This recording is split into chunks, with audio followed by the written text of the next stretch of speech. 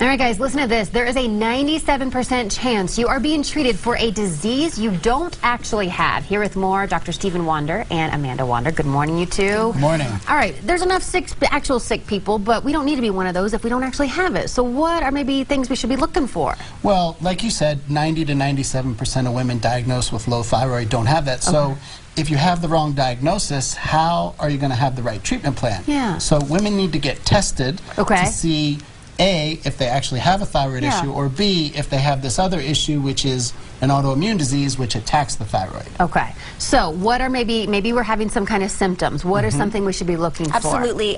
So one of them is going to be weight gain, excessive weight gain despite a healthy diet or exercise.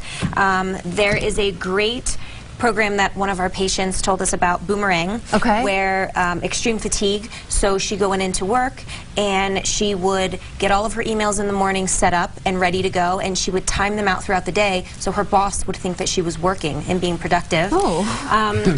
Moodiness, where you might not see that yourself, but your significant other or your children might notice that. And lastly, and it might be a little bit vain, but hair. Women with their hair, it's their crown.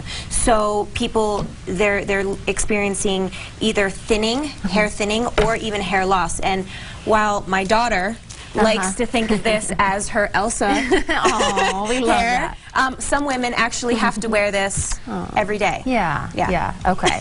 So if you're having a couple of those symptoms, Doc, that's when you say, go in, hey, this is what I'm experiencing, what test should I take, or what do you tell people? So, you know, testing is the key. Most women tested, they just have one thyroid marker tested, TSH, or perhaps maybe they'll get T3 or T4 tested, but there's total 11 thyroid markers. Whoa. And so most treatment is just to treat what is happening with the TSH, which is either levothyroxine or Synthroid, which is the #1 prescribed drug in America, 23 million a month.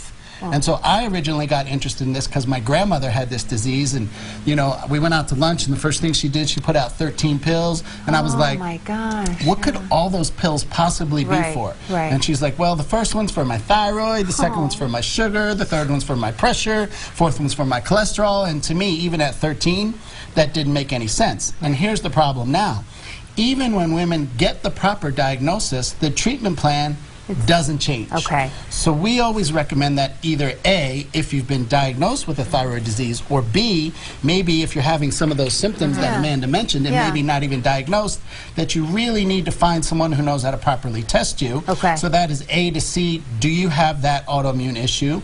Any problems with your gut is typically done with a stool test, testing your hormones, food sensitivities, cardiovascular. There's a lot of different tests that need to be done, and then you must build a treatment program from the ground up, specifically for the individual. For the person, which is the only way to help them.